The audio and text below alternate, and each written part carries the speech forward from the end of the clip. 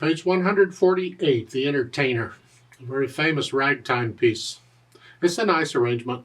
In this lesson, we are reviewing the accidentals, the ones that we've used so far, the most common ones, the sharp, flat, and the natural side. They're all in here, so we just do them when you get to them. It's no big deal. Remember, sharp goes up a half step, flat goes down a half step, and the natural takes away the sharp or flat, so you're playing a white key. Let's look it over and see what we got. We got 2 pages long, sort of.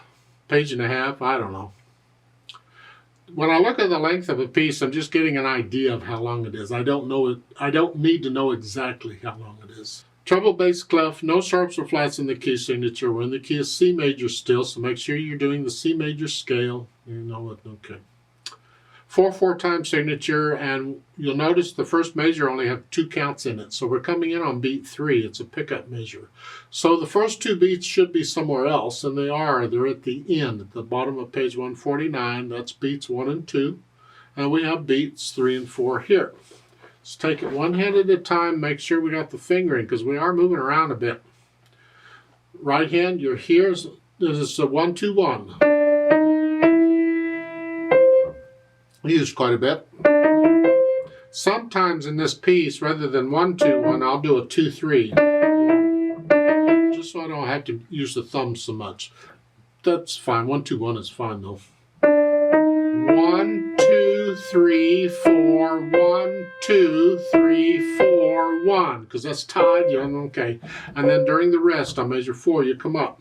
1, 2. Now it's second finger now on the C, because we had 3. We used thumb to begin with because we have an extra note. We needed another finger. But really it's here. This is where we want to be. So it's 1, 2, 3.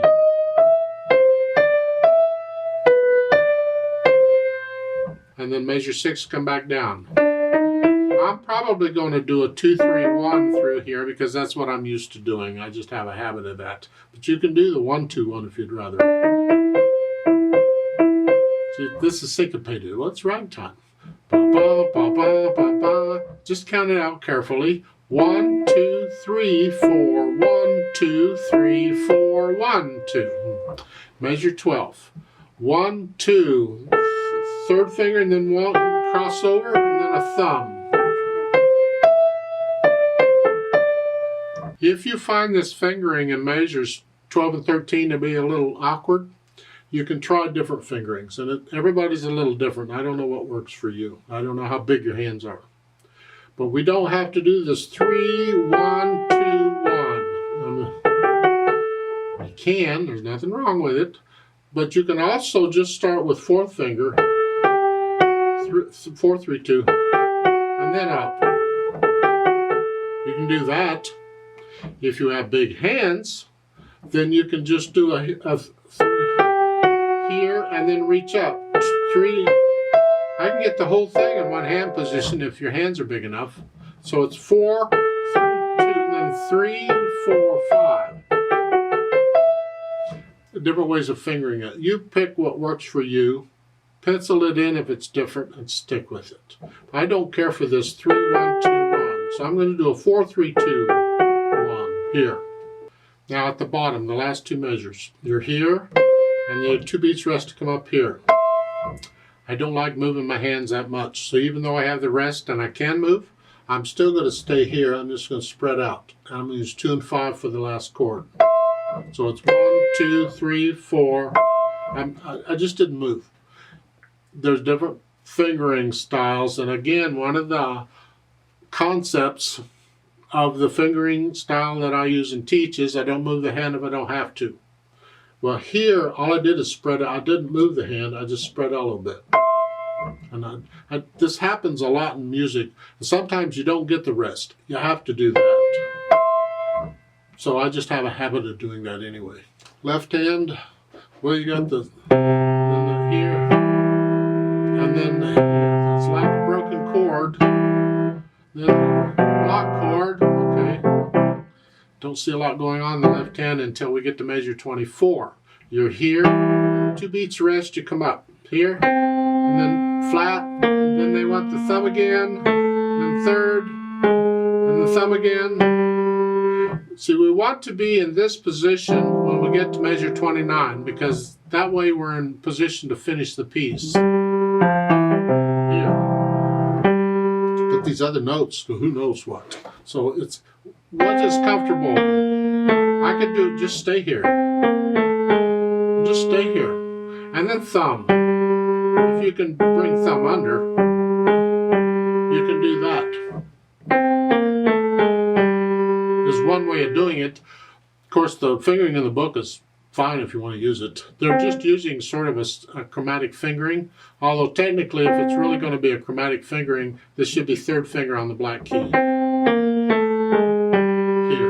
But you can use second. But I'm going to do a 1, 2, 3, 4, 1 because I didn't cross, I'm staying in one position and then I move to a new position, and that's it. So then I'll put the hands together here at the beginning.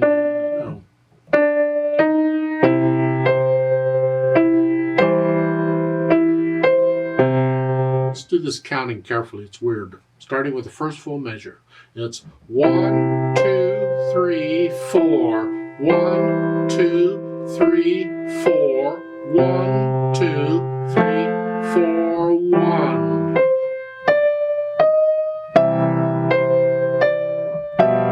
There.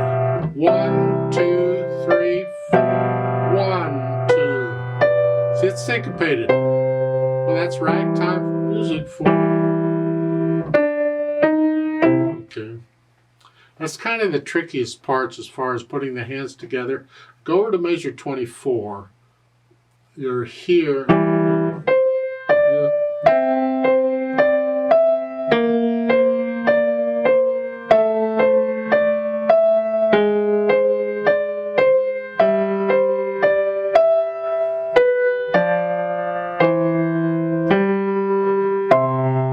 You work out the hands together.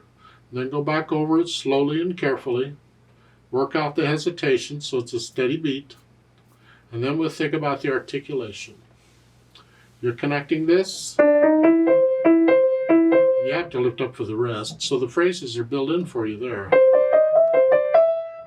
Accent there on the E on measure 5. Ba, ba, ba, ba, ba. The idea here is that in syncopated music, and this is syncopated, that's where the rhythm feels a little off.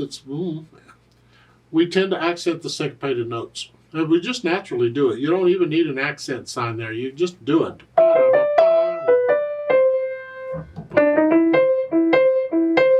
Because you can accent the C's too. Yeah.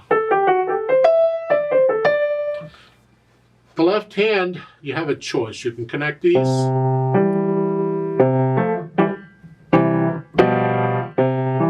Or you can disconnect them.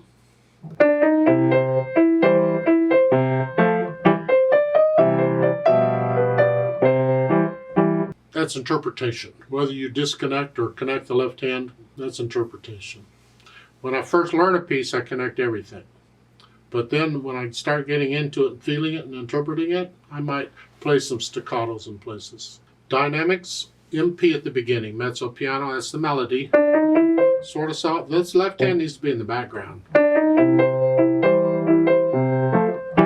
Then measure 4, you go to moderately loud. Back down. Back up. Back down. See, we have a statement reply here going on.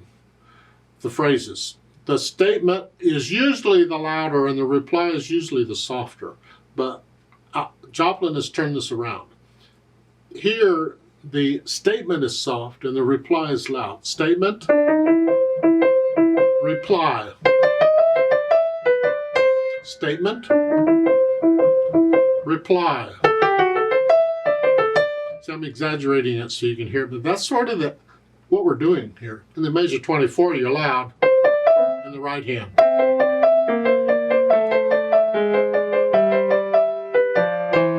And you're ending it loud.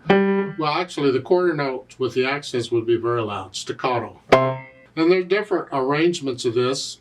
Some arrangements at measure 24, they'll bring it down to about a moderately soft and give you a crescendo to go back up through. Where you're just gradually getting louder toward the end. Different arrangements do different things. Listen to different people play it, and you're going to hear them do the dynamics slightly differently. That's, again, part of interpreting the music. Speed, cheerfully, just be happy. No.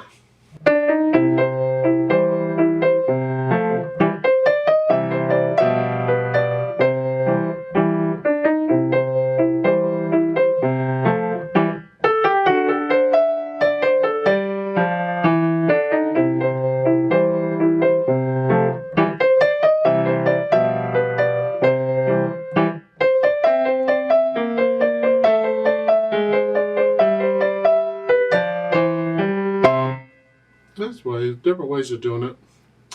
I tend to want to put in a decrescendo there on measures 15, 16 here, because I'm going from moderately loud to moderately soft. So the left hand, I tend to want to get softer there. That's interpretation. There's nothing telling me to do that. I just felt it that way. Let's play it together very slowly and check the notes and the rhythms. I'm not going to do any louds and softs, so I'm going to play it all about the same. I'll do the staccatos and accents.